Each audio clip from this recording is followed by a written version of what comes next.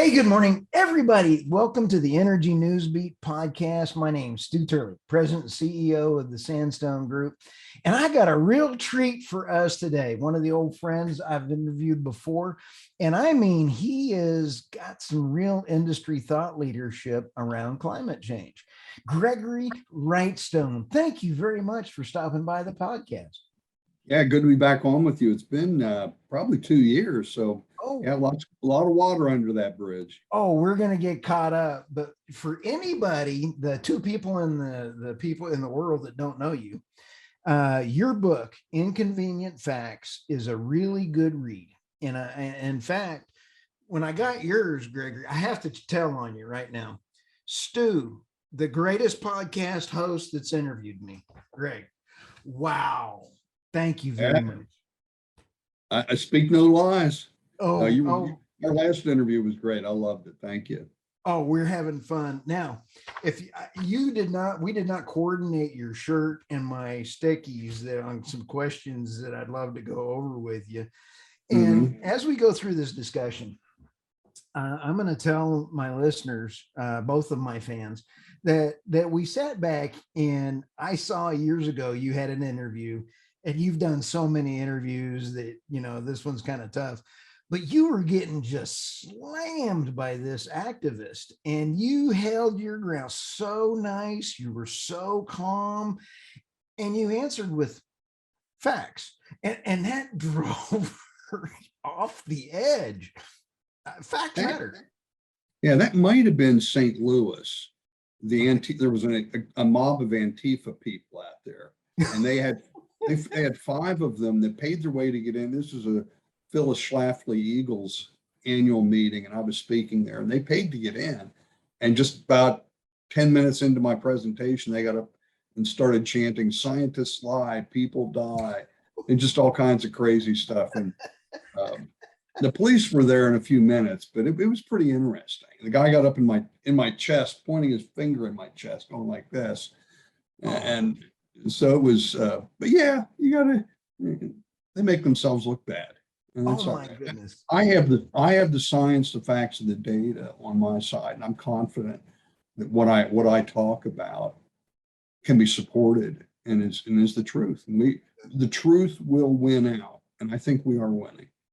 And I did a podcast last year, and I did one where we had I was talking to Ben Samuels, and he's an owner of an oil and gas firm, and he and I were talking, and we said, Ben, I think a great revolution is coming and a great awakening is coming. People are tired of paying so much for energy. They're being forced to listen to the climate change activists, and they're tired of paying all these high dollars of things. My belief, Gregory, is that we should use the lowest cost energy per kilowatt hour to all people of the planet while having the least amount of impact to the environment at the lowest price. Let's use any kind. Let's use nuclear. Let's use whatever. Here's the catch. The renewables can't keep up with that right now. The pricing's not there. But when you combine that statement with your book, CO2 is not actually that bad. Tell us your thoughts on that. Not only is it not bad, it's really good. So I'm the executive director of the CO2 Coalition. It was formed in 2015 by Dr. William Happer, one of the most esteemed physicists of our time. He and Dr. Richard Lindzen, we have some just truly legendary scientists and experts that sit. Our members of the CO2 Coalition we have 3 astronauts. They all believe, as I do, that CO2, instead of being the demon molecule, it should be called the miracle molecule. And it's this, if we look at the combination of modest warming, so we've increased about 0.8 of a degree since in the last 100 or so years.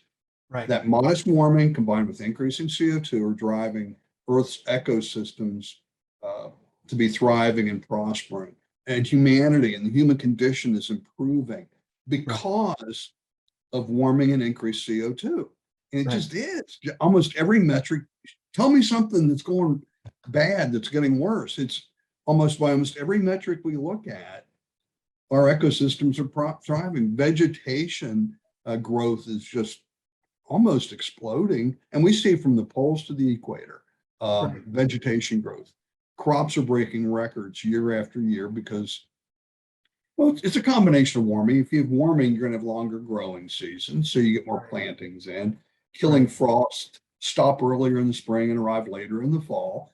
But what's really driving crop growth? Technology, of course, is a big part of that, Right. and fertilizer that they're trying to move away from. That's a different story. But one of the big drivers for this increase in crop growth is CO2 fertilization effect. More CO2. These plants, the C4 and C5 plants got originated first when CO2 levels were 2,000 to 3,000 parts per million. We're at 420 today. So these plants love huge CO2, huge amounts of CO2 in the atmosphere. Wow. And they thrive on it. Right. And lower CO2 levels cause a diminution or a lessening of plant growth. And Right. so if we look at today, 420 parts per million, they say, oh, it's terrible. It's dangerous levels of increase that we've had. Well, no, it's not. It's increased from near historic levels before the Industrial Revolution at a little under 300 parts per million. Now we gained 140 parts per million, and but again, this is average CO2 levels throughout Earth's history was 2,600 parts per million. So we're Right. 1/6 of that right now. And so we should celebrate this. And Right. when you say that, heads begin exploding. And it Kind of like just, our earlier they don't want conversation. to hear this. They don't want to hear the benefits and that's really that's what we're about at the CO2 Coalition. In fact, isn't carbon dioxide the demon molecule that's driving all of this anti-fossil fuel movement? The Yes.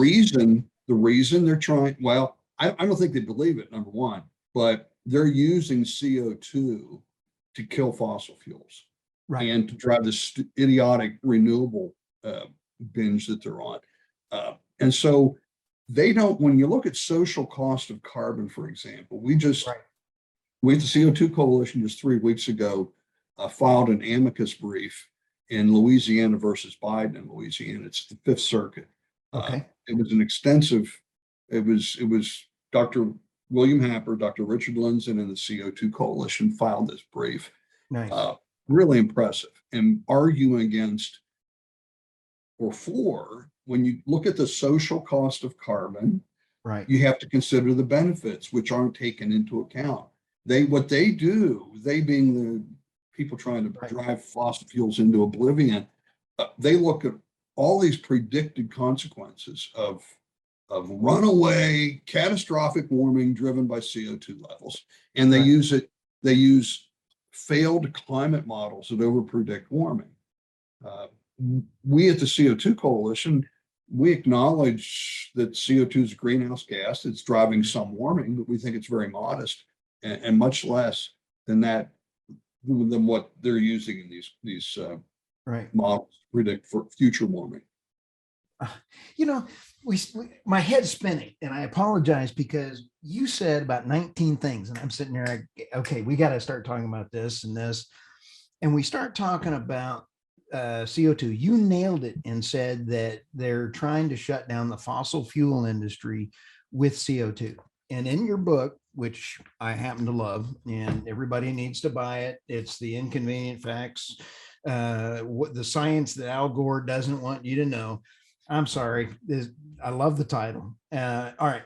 Now you sit back and you look at the charts, which is data. Flaring is such a tiny part.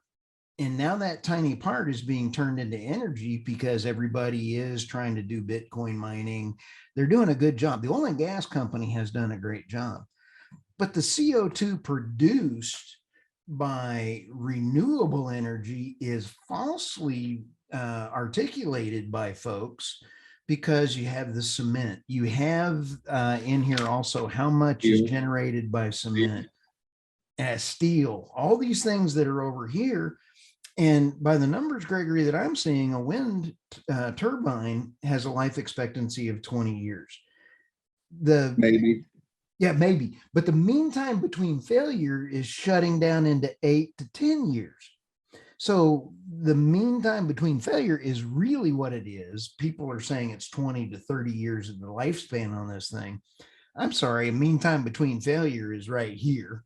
You know, it tells me the real, but the CO2 output for what it takes to put in a tower is 8 to 10 years before you start wiping out the thing on it.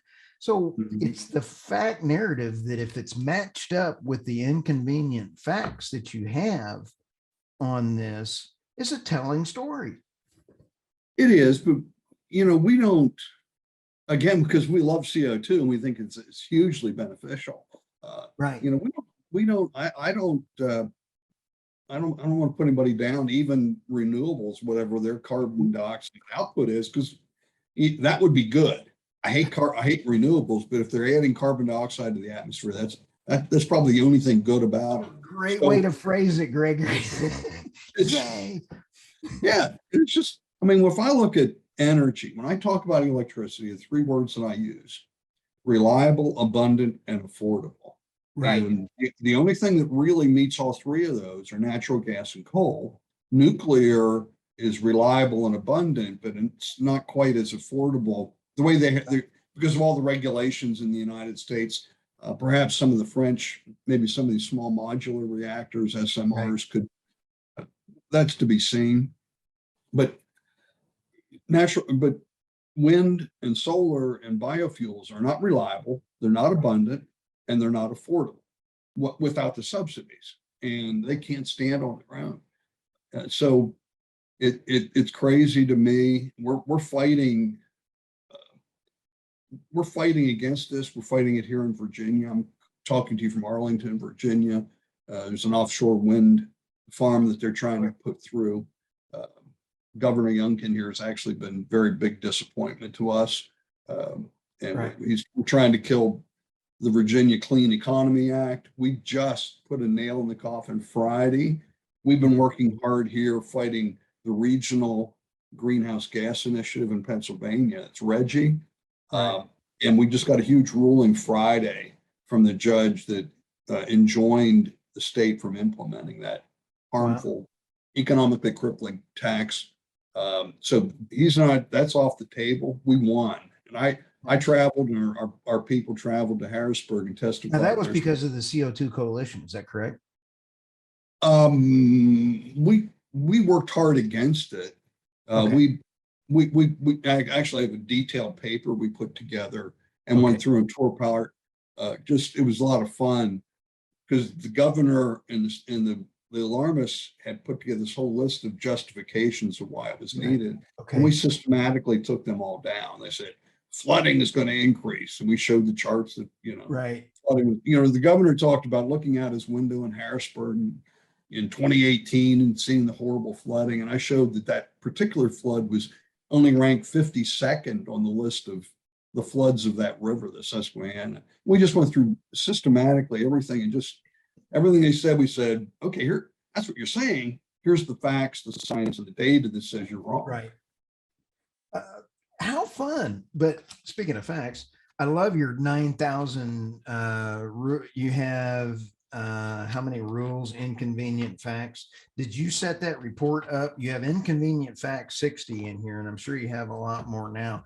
Did you have that organized that way in that report? Well, we just went through. It was a lot of fun because we had a target we could shoot at. They talked about increasing fire risk in Pennsylvania, and actually it's true that there is increasing, but it has to do with invasive species, something we have here called the Japanese stilt grass, and the next drought in the east is going to lead to extensive fires. It will happen, I'm convinced, because this is dried grass. Same problem we have in the Western United States. Out there is called cheatgrass. It's the cheatgrass is the problem. That's Like the Right. Paradise Fire was really a grass fire that swept through. People Right. don't understand that. It wasn't a forest fire. It was, and many of these fires that are really damaging are Right. burning this invasive species called cheatgrass. And it can take, a dry wind can dry out this grass of both types within just a Right. couple of hours. And then it just takes a spark. Okay, you bring up some great points, and we're seeing so many wildfires around California from bad management. California is the poster child of bad management. And also the rainforests. The rainforests are like, they love carbon, they love everything else, but they're being decimated by the oil companies that are coming in and shipping the oil company over to 70% of that oil goes to California. So what are your thoughts there? Let's start with rainforest. We have a board member, Rafaela Nascimento from Brazil. She was just in. We spent the weekend with her and her husband here in Nice, DC. nice. But she's a true scientist and expert on the rainforest, and she just laughs about the rain. There's stories of the rainforest being burnt down. Well, that's not. She just laughs. She goes, "You can't burn. It's a rainforest. You can't burn it. You can cut it down and then burn it, but you can't." She says, "Well, when I'm in, she's from the Amazon. Right, She the says, area. Right. when we get there, we don't tell, I'll meet you at 2 o'clock. They say, I'll meet you before the rain or I'll meet you after the rain, because it rains almost like clockwork every afternoon at the same time." And I was fascinated by that. And so part of this is not so much oil companies. Um, there's been a lot of the rainforest recently cut down to mine rare earth minerals for the renewable. Yeah. And that's a concern. But there's still the decimation of the rainforest is greatly overblown. Great in feedback, Gregory. Thank you. And if we look here in the United States, worldwide, Yep. forests have expanded greatly over the last 50, 100 years. I mean, just there's been an explosion. If we look at the United States, there's 50% more standing timber today than there was in 1953. So forests aren't shrinking. We're not experiencing deforestation worldwide. We are in a few places like Malaysia, where they're cutting it down to plant palm oil trees for renewable energy. And there are things like that where some of the devastation is going on. But it's not, what we're seeing is not deforestation, we're seeing reforestation. For example, in Pennsylvania, forested area in Pennsylvania has expanded fivefold since 1950. Wow. And we see that really across the northern hemisphere. Right. This astounding regrowth of the forest. And we should celebrate that. Well, we can't, but what we really made a mistake back during the Clinton administration was stopping the logging and thinning of the forests. And that's led to some of these. There has been an increase in fire, but it's nothing like they're talking about. It has been increasing slightly over the last several decades. Right. It's being fueled by forest management, and it's these. Yep. They're now saying according to Sierra Nevada Conservancy, there are 5 times as many trees per acre as what a healthy forest should have. And think, of course, it's easy to understand: more trees, more fuel, more intense fires. But the other thing comes with it too. Now, bear in mind, they stopped the logging. It used to be, if there was a fire, they could get a fire crew out to it going up the logging roads. Well, those logging roads have now grown up. You got 3 and 4 inch trees in the middle of the logging road. So the only way to get in is to airlift guys and gals in there. The other thing too, the greatest cause, if you're going to have a forest fire, you need a couple things. You need fuel, you need a spark, but you need drought or aridity. And if you have 4 to 5 times too many trees per acre, now the second greatest cause of soil moisture loss, the first is evaporation, of course. Okay. But the second is the amount of water sucked out of the ground by the trees. And so now you've got 4 to 5 times as many trees competing for that same scarce soil moisture. So not only are the trees adding fuel to the fire, they're making the condition of drought and dryness and aridity worse by competing for that same. And a lot of people don't really understand all this. And then the really big driver recently has been this the invasive species in the West. It's cheatgrass that are leading to more fires, that's a tough nut to crack. The only way to really eradicate those is with chemicals, and Roundup has been so demonized. It's not Roundup that you would use, but it would be a similar thing. Right. I don't think there's a good solution to curing the cheatgrass problem. No, the part of the problem is the Roundup is what, a carcinogen, something like that, for health issues. It's not exactly a favored chemical, like you just said. Well, yeah, I don't want to get into that, right? I think that the Roundup issue has been grossly over exaggerated. Okay. And but again, It's not my area of my area. It's what I don't want to get into right now. People are probably going, what? I'll stay in my wheelhouse in energy, Exactly. CO2 and Right. all that kind of stuff. So where do you see, it seems like we're having a great, with the energy crisis, blends right into this, and people are kind of going, wait a minute, they're starting to ask questions, aren't they? Yeah, I'm a huge optimist. I think we're winning bigly, and it's going to be by almost, when I travel around, Yep. virtually every single person I talk to, random people, these aren't just, people I hang with. These are random people I meet in the airport or whatever. And Right. we start talking. I always bring it back to this. And people are going, really? I start telling them stuff. I never heard that. Right. And I pull out my, we've got, as you're probably aware, you've probably The got app. I've got my smartphone app. It's a great app, by the way. Everybody, Yes, great app. it's Inconvenient Facts. It's free. It's got all 60 of the facts with the charts on it. And so you can go to, you can see these, you can't see it on that, but it's great to have it. You can have this information in the palm of your hand. So if your idiot nephew Billy tells you, hey, Uncle Stu, did you know polar bears are going extinct? You go, wait a minute, Billy. You can pull out your phone and you go, here's fact number 53, which is what it is, 60 Right. years of polar bear population history. And so it's good to have this, but just about everybody I talk to is just thirsty for this information. They had no idea that the United States had 5 times as many fires back in the 20s and 30s than what we do today.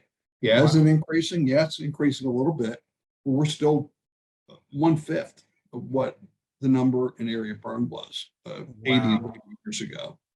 People didn't know that. And No, I hide it. And what's interesting, if you look at the fire data that's used both in the National Climate Assessment and the National Interagency Fire Center, which is where you go to get that data. If you look there, they start their chart in 1983, and it shows tremendous increase of area burned. And so what they've done, though, they cherry picked. They started in 1983. Why did they start in 1983? They have data going back to 1928. They started in 1983 because that was the lowest number of fires, lowest area burned. So of that century. So if you want to exaggerate fires, you want to start at the very lowest number first. So it makes the increase look even greater. Right. But if you look at the whole data set from 1928 to today, I mean, it's just a huge steep decline in both number and area burned that we saw. And there are a lot of things that go into that, but it's completely contrary and opposite of what we're being told. This whole, what a great time to be in our thing. And I'm going to bring this up because I have a couple things that really just drive me nuts, Gregory. And that is the fact that education of facts is one of my biggest things. There's a couple things that drive me nuts. That is, energy policies always do not do the disproportionately impacted communities any favors. They don't do any favors to the other country, all countries, the third world, if you would. I hate that word as well too, but any other country as well. But more importantly, the education system has not been very good to folks. And you've got some things coming around the corner with education, right? We have some of our members, and again, we've got over 100 of the top experts in the world. And we had and most of them are PhDs, not all, but most are. Right. They were very concerned about what you're just talking about they're not teaching, they're indoctrinating our children. They're not teaching the scientific method. They're not asking the children to question and to do the experiments themselves. And so we put an education committee together, and I wasn't sure how it was going to work out. Right. You got a bunch of these, maybe some people would call them eggheads, professor types, or with multiple PhDs. But man, oh day, they've really worked together. So our first, again, I talked about Rafaela from Brazil. She hooked us up with a talented Brazilian artist, Nice. Thiago Hellinger, who does. So he's on contract to us doing work for us. And so we commit, and we've got our first book, our second book I'll be approving later today. This is called Once Upon a Time, a true story about the true story about the miracle molecule carbon dioxide. Nice. And so we go through with this. It's done anime style. The kids love it, and it's an entertaining teaching tool for science. And that's available on Amazon, right? We just got it up on Kindle yesterday, and I've got some issues. It's going to be pretty cool. We'll have it available shortly. We've got the second book is called Simon the Solar Powered Cat. And let me just take a look here. Can you see it, Gregory? Yeah, there it is. Hey, I'll tell you, this is cool because as you guys are growing, at least for our podcast listeners, they'll need to come to our website and double check. But I love this, Gregory. This looks great. Oh, and the kids love it. My granddaughter, she was not quite 5. She sat down. Of course, she's gifted, as you might guess, but she read she said she wanted me to read it to her. She read the entire book. She stumbled over the words photosynthesis, but she came away with the end of the book with an understanding of CO2 and carbon dioxide and how it's a benefit. And so we're doing another series. We've got a whole series of books. Okay. We've got another one on recycling. And, we're actually, Mother Nature is the greatest recycler of all, is the main theme in that. But what's really cool, we've got one of our members of the education committee, Dr. Sharon Camp, PhD in analytic chemistry. She taught AP science for 12 years, and she also she created curricula for that, and she's created lesson plans that accompany these books. And so if you're a homeschooler, we're actually having some success. I think we'll get into the public school system with some of this stuff. Nice. And so it's really cool. We've got also videos, a whole series of these on gases, atmosphere. And again, they're all done anime style. So the kids just love them. They just love the videos and the books themselves. They're so I'm really proud of what we've accomplished. But we're not ready. We'll be blowing this education initiative up here in the next month or two. In fact, we've got friends of ours who's on the education committee as a producer for the Blaze TV. And he actually sits on our education committee. And he says, man, you just let me know when you're ready to go. We'll blow this thing up. And also Candace Owens, I'm hoping to recruit. I've been on with her before, and she like you loves Inconvenient Facts, the book. So, I'm hoping in the next, when we're ready to go in about a month, I'm excited. I think maybe it won't go Tuttle Twins quite popularity, but it'll be. I think it has a chance to really blow up into something big. Oh, how fun. Gregory, you and I have we've had a couple of years ago, we had you on the podcast, and I truly enjoy your busyness, and you're taking care of one of the things, and that's facts. I mean, that education you've notched it to the next level with the coalition, with everything else. How do people go help you? Because this is something we all have to do is help get the education out there. It is, we're called oil shells and science deniers. Well, you know what? We've gotten virtually no money out of the energy sector. Okay. We have people that are concerned about education and things. They donate. You can, if you'd like to.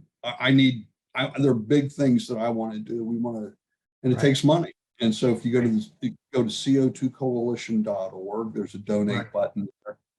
Or if you want to just send us a really big check, we've got our address there. But again, we're only limited by, I need to hire more people. Right. We're punching above our weight class and being very effective at what we Nice. do. But you know, one of the fun things is that you are spreading the goodness of working together. And like we say, doesn't matter if it's solar, wind, or anything. Let's just get the lowest cost kilowatt per hour I mean, we're all saying the same thing, but it takes two to have a discussion, and you're helping me and other folks with the oil and gas and everybody else talking about facts. And what the other thing we probably should talk about here is in my former life as a petroleum geologist, Right. I was the co-author of the first peer-reviewed comprehensive paper on the Marcellus Shale of the East. Oh, nice. And so along with Bill Zagorski and I co-authored that. And during that time, we recognized how big this was. And at the time, we Right. looked at the 10 largest natural gas fields in the world. And we calculated, it's pretty easy to calculate gas in place, if you know the Right. porosity, the pressure, things like that. So we took the gas in place from the top Right. 10 gas fields in the world, and it did not equal what the Marcellus had. Think about that. That's how big it is. That's scary big. Okay. And at that time in 2008, I coined a new term. It's called mega giant gas field. Okay. So a giant gas field is 3 trillion cubic feet. Right. A supergiant's 30 TCF. A mega giant, I said, is going to be 300 TCF. There are only four, get this now, there are only 4 mega giant gas fields in the world, 3 of them in the United States, 2 of them in the Appalachian Basin of the East Coast. Right. And and there's another third one that I'm pretty much responsible for, writing about. Right. No one's ever heard of. It's the Burkett Shale. No one's heard of it. It's the redheaded. Where's that at? It's above the Marcellus. Oh, And it's in wow. the same area, Pennsylvania, Eastern Ohio, Northern West Virginia. Right. It's a super giant gas field, but no one's heard of it because we've got so much gas. And right now, the Appalachian Basin is basically landlocked because all the pipelines are at capacity, and 7 major pipelines have been stopped and halted. We could supply the world with generations of natural gas if only we could get it out.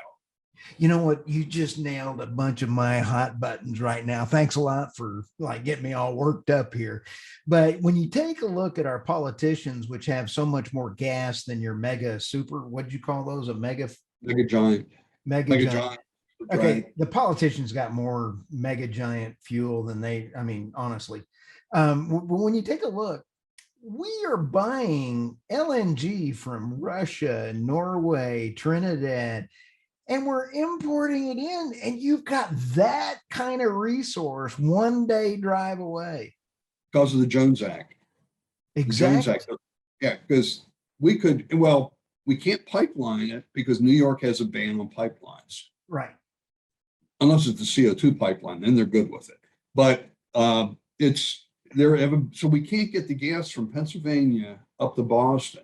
So they're importing Russian, Saudi Arabian, Algerian liquefied natural gas into Boston, paying extraordinary amounts for it, and they can't take it from Texas and Louisiana to Boston because of the Jones Act. You have to have an American flag carrier, and there are no American flagged LNG carriers from what I find.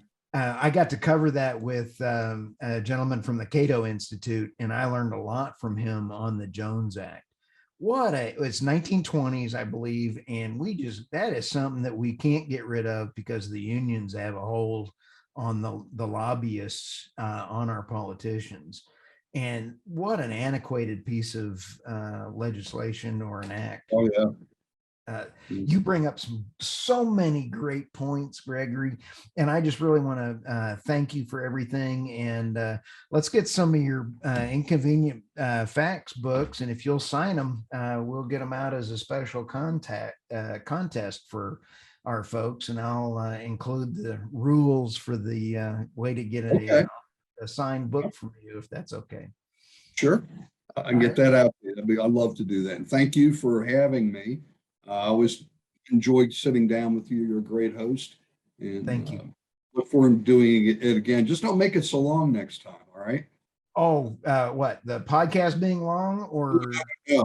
Between interviews. No, the podcast, I could talk for another 2 hours. You know that. Fantastic. Well, Gregory, again, and look at this. I just noticed my shirt, same shirt. We got okay, we really we didn't coordinate this at all. So anyway, well, thank you so much. We'll talk to you soon. Thank you so much.